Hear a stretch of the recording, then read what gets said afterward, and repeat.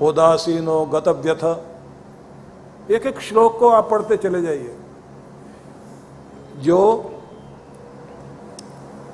उदासीन होकर के रहे, अब उदासीन उदास नहीं, सुख आया तो फूले नहीं, दुख आया तो मुरझाए नहीं, दोनों के बीच जो हरा भरा है, दोनों चीजों को देख रहा है, सुख दुख के दो किनारों के बीच में जो देख रहा है, पुल पर खड़ा हुआ दोनों किनारों को देख रहा है, ये दुख का किनारा, ये सुख का किनारा, दोनों को देखते हुए अपने आप को एक रस में, प्रेम रस में, आनंद रस में जो बनाए हुए है।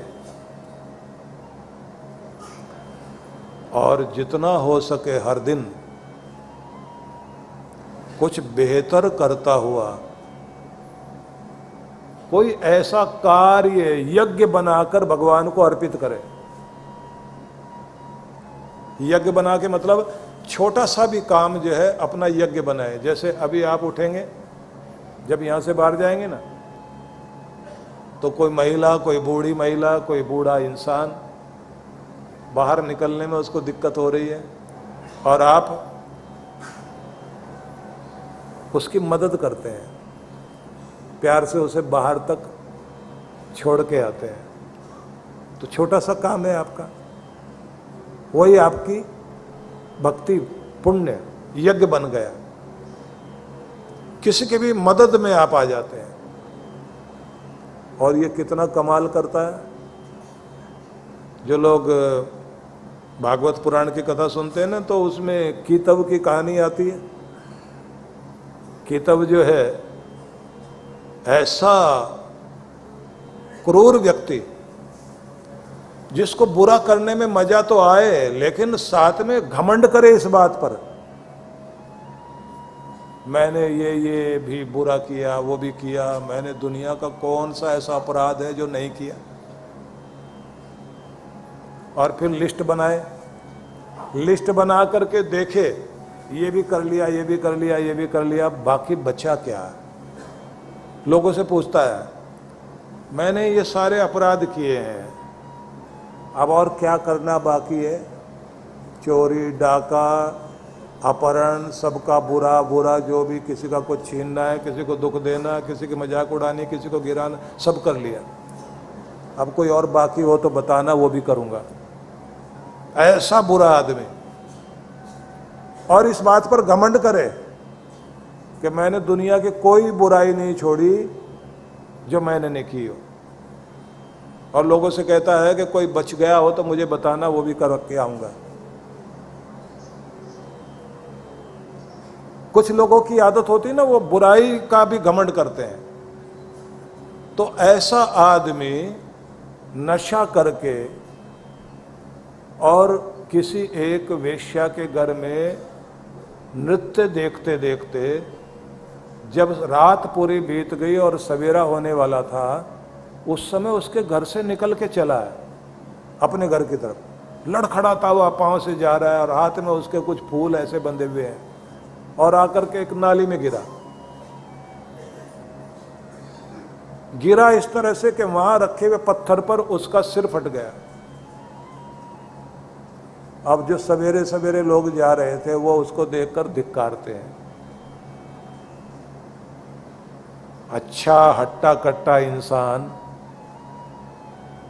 ऐसा नाली का कीड़ा बना हुआ, पता नहीं कहां से होकर आया, क्या करके आया और कहां गिरा पड़ा, मरेगा यहां गिरा हुआ। अब इसको चोट लगने के बाद थोड़ा नशा उतरा और ये क्या कह रहा है, प्राण तो जाने वाले हैं, श्रद्धांजलि भी मिल रही है। ये श्रद्धांजलि है जो इस समय लोग बोल रहे हैं। नाली का कीड़ा, गंदा इंसान, हट्टा कट्टा था, है भी इसी लायक जहां गिरा पड़ा है, और मर भी गया ना, नाली का कीड़ा ही बनेगा। अब ये सब सुन रहा है वो। एक ने आके कहा, ये तो वही है जिसने जिंदगी में कोई भला काम नहीं किया, अब भुगतेगा बहुत। अब ये हिम्मत करके उठता है, एक आदमी और जा रहा है पास से, वो बोल रहा है प्राण निकलने ही वाले हैं इसके, तो खून बहुत बह गया। अब ये उठा हिम्मत करके, सामने देखता है एक शिवालय है, शिव जी का शिवलिंग सामने दिखाई दे रहा है। तो ये सहारा लेते हुए उधर की तरफ चला गया कि जगह थोड़ी ठीक लग रही, यहां बैठेंगे।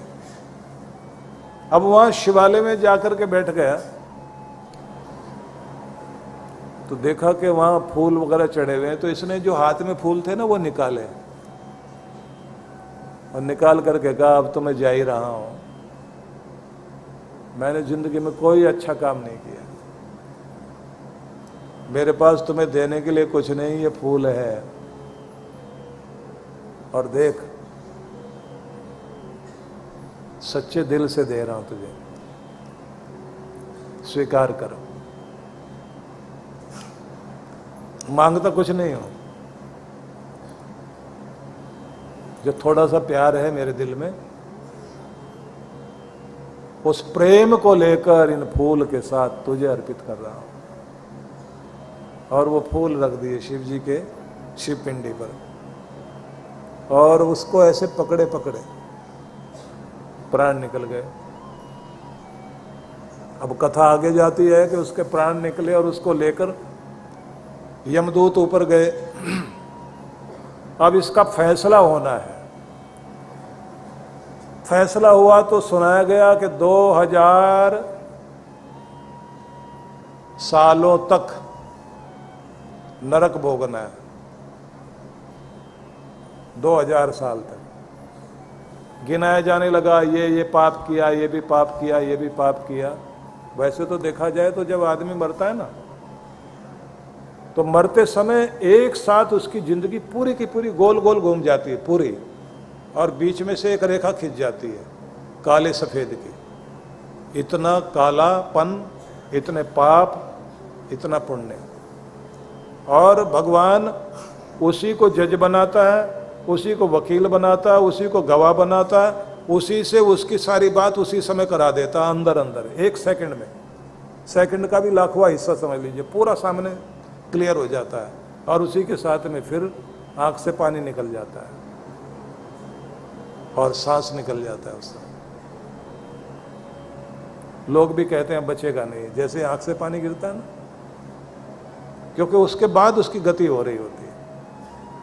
तो अब ये भी गया, तो जैसे इसको कहा गया 2000 साल तक नरक भोगना पड़ेगा, तो फिर निर्णय करने वाले धर्मराज ने कहा कोई तो भला काम इसने किया होगा। तो बताया गया कि बस वही कुछ मिनट, कुछ पल इसके ऐसे थे जो बुराई से हटकर भगवान के दरबार में सच्चे प्रेम के साथ इसने फूल चढ़ाए थे। बस उतना ही काम इसका अच्छा रहा है। तो इसका तो कोई फल मिलना वाला नहीं है इसको, क्योंकि पाप ही पाप है इसके साथ। तो धर्मराज ने कहा कि जितने मिनट वहां था ना, ये उतने मिनट का स्वर्ग मिल सकता है इसको। तो उसको कहा गया कि बस तुम्हें कुछ पलों के लिए स्वर्ग मिलेगा। इसने पूछा वो क्या होता है? बोले जो चाहो सुख भोग सकते हो। बोले जब 2000 साल तक दुख ही दुख भोगना है तो थोड़ी देर का सुख क्यों भोगना? उससे होगा भी क्या? जो सुख भोगना था वो तो हम दुनिया में भोग के आ गए। अब तो 2000 साल तक दुख ही दुख चलेगा। बोले तुम वहां बैठकर कुछ भी कर सकते हो, तुम्हारे पास सारे अधिकार होंगे। उस कुर्सी पर तुम्हें बैठाया जाएगा जो इंद्र की कुर्सी है,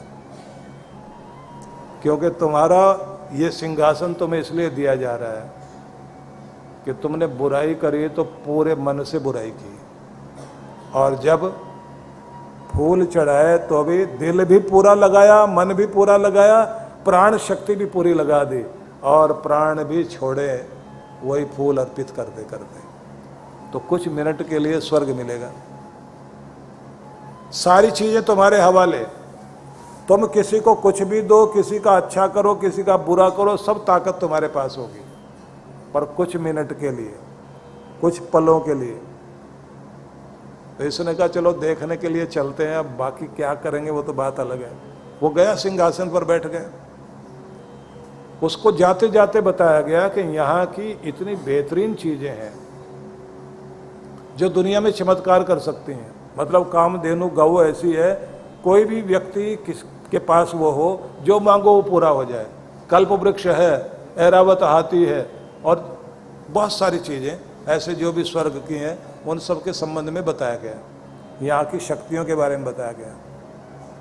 वो बैठा, जाकर वहाँ बैठते उसने कहा देखो मेरे काम की तो हाँ ये सारी चीज़ें हैं नहीं, क्योंकि मेरे पास तो टाइम ही नहीं इतना है, लेकिन जितनी भी अच्छी चीज़ें यहाँ की हैं वो सारी अच्छे लोगों के पास चली जाए, बुरे आदमी के पास नहीं जानी चाहिए। इसी पल उनको दे दी जाए। जो भी दुनिया के बहुत बेहतरीन लोग हैं वो इस ताकत को पाकर दुनिया का भला करेंगे। इस दुनिया को मेरे जैसे लोगों की जरूरत नहीं है, इस दुनिया को भले लोगों की जरूरत है, और भले लोगों के पास ताकत होती नहीं। तो ये सारी चीजें उन तक पहुंचे। तो जो ऋषि मुनि थे, इस दुनिया के लिए बेहतरीन कार्य करने वाले लोग थे, उनके पास वो ताकत गई, और उसी के साथ उसको कहा गया कि उठो, समय खत्म। उठ गया। उठकर जैसे ही आया तो इसने कहा कि चलिए ले चलिए, 2000 साल नरक भोगना है।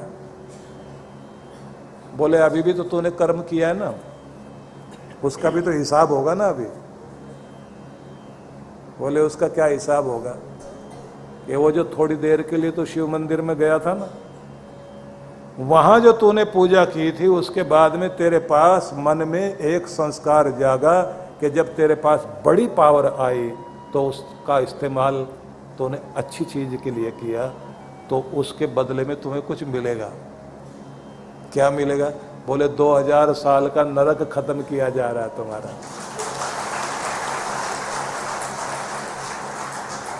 बोला फिर क्या बनाओगे अब हमको?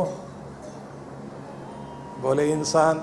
बोले फिर जहां से छोड़ा था वहीं से फिर शुरू हो जाएगा। आदमी विचित्र था ना। बताया गया राक्षस कुल में जन्म होगा, लेकिन बाहरी भेष तो राक्षस वाला होगा, अंदर वाला बदल जाएगा। ये खोपड़ी जो है तेरी, ये बदल जाएगी, और राक्षस कुल में पैदा होकर भी तू धर्मात्मा बनेगा। न जाने किस किस का भला करने वाला है। तो ये जो सॉफ्टवेयर है ना भीतर वाला, जो इसे बदलने का काम ही गुरु करता है। बस इसीलिए चाहिए जिंदगी में गुरु।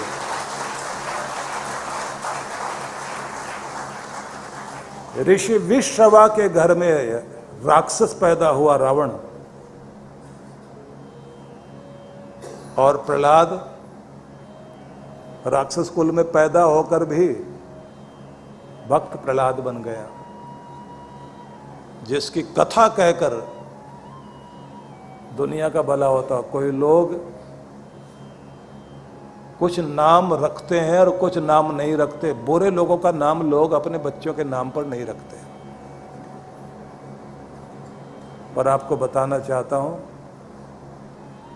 जब व्यक्ति का भीतर वाला रूप बदलता है तो आदमी अपने कुल को, खानदान को, नाम को, स्वयं को, यहां तक कि अपनी पीढ़ियों को भी तार जाता है। इसलिए कहते हैं कि आपके सिर पर माँ बाप की छाया रहे, उससे भी ज्यादा जरूरी है आपके सिर पर आपके गुरु का भी वरद हस्त रहे। और जब गुरु का वरद हस्त है तो वो भीतर से आपको चेंज करने के लिए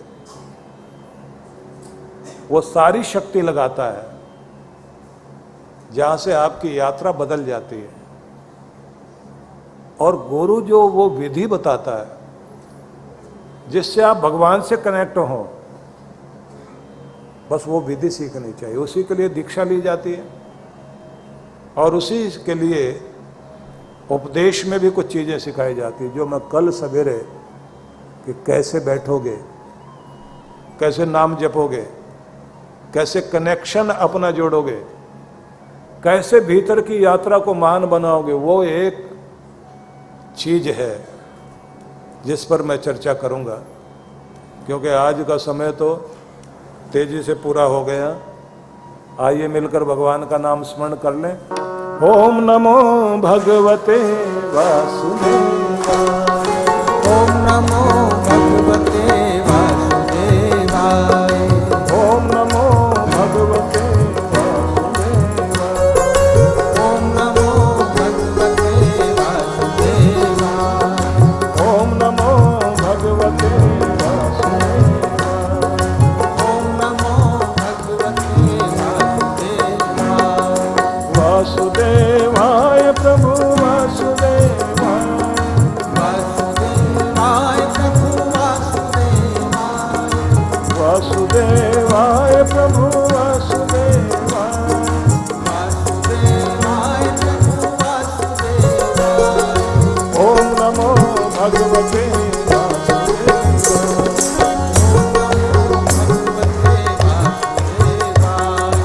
ओम नमो भगवते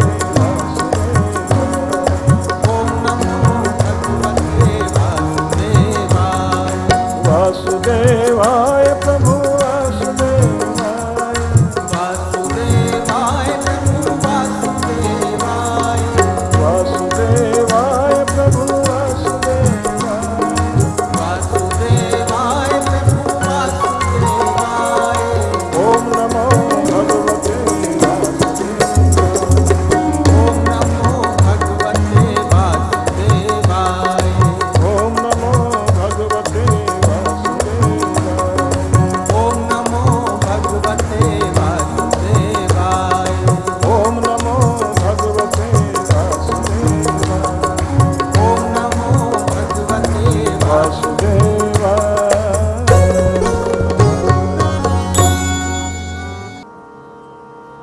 तो एक कार्य तो ये कीजिए, घर का ओरा ठीक करिए। अपने घर में दिया जलाएं, अपने नाम के अक्षर के अनुसार बिना टूटे चावल दिए में डालो। मान लीजिए आपका नाम है राकेश कुमार, तो राकेश के 3 अक्षर, कुमार के 3, तो 6 अक्षर हो गए ना। तो 6 दाने बिना टूटे चावल के दिए में डालो और प्रार्थना करो कि भगवान जैसे ये दिया जगमग है, ऐसे मेरी जिंदगी को भी जगमग करिए, रोशन करिए। और गूगल, लोबान, चंदन पाउडर, गुड़ की शक्कर, ये 4 चीजें मिलाकर, जिसे बोलते हैं दारिद्र्य नाशक यज्ञ सामग्री, इससे छोटा सा हवन, गाय के गोबर का उपला घर में ले आओ, सूखा उपला, उसे गैस पर जलाकर अग्नि जगा दो, उसमें थोड़ा सा घी डालिए और 5-7 आहुति छोटी छोटी इस सामग्री से उसमें डालकर पूरे घर में घुमा दें। उसको धुआं होगा ना उसमें, पूरे घर का औरा शुद्ध हो जाएगा। और फिर आंगन में रख दीजिए, तो आप देखेंगे जिस घर में बात बात पे लड़ाई झगड़ा, कलह कलेश, बीमारी, मन में तनाव और कुछ भी बुरी बुरी चीजें बार बार होती रहती हैं ना, तो उसे ठीक करने का यही तरीका। दूसरा, जो आपके जन्म की तारीख है, हर महीने आती है, उस दिन अपने गुरु का चित्र सामने रखकर और वहाँ बैठकर कानों को हाथ लगाकर सब गलतियों के लिए क्षमा याचना कर लिया करो और आशीर्वाद मांग लिया करो। और खुद के लिए भी कि मेरा ध्यान मेरे भगवान से जुड़ा रहे। कई जन्मों से बुला रही कोई तो कारण जरूर हो। कई जन्मों से बुला रही कोई तो कारण जरूर हो। चलते चलते पहुँच न पाई, चलते चलते पहुँच न पाई, मेरी लगन का कसूर होगा। चलते चलते पहुँच न पाई, मेरी लगन का कसूर होगा। कई जन्मों से बुला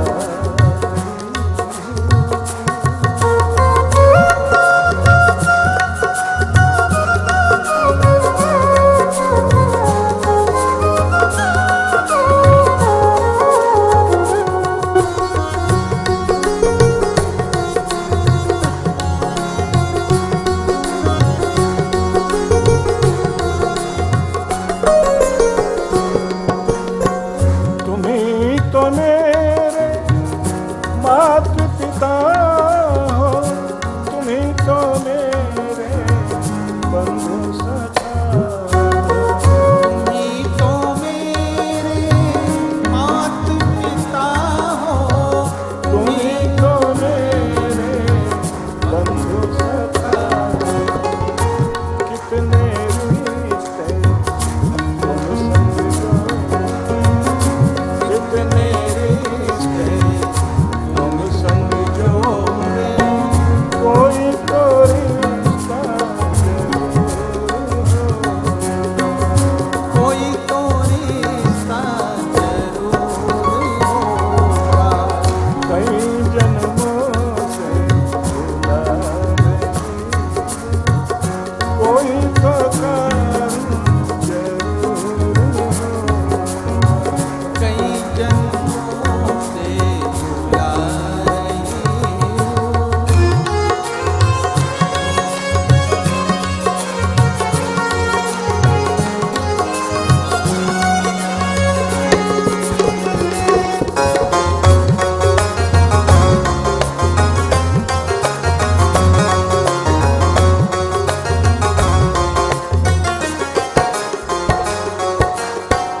तुम्ही तो मेरे सतगुरु प्यारे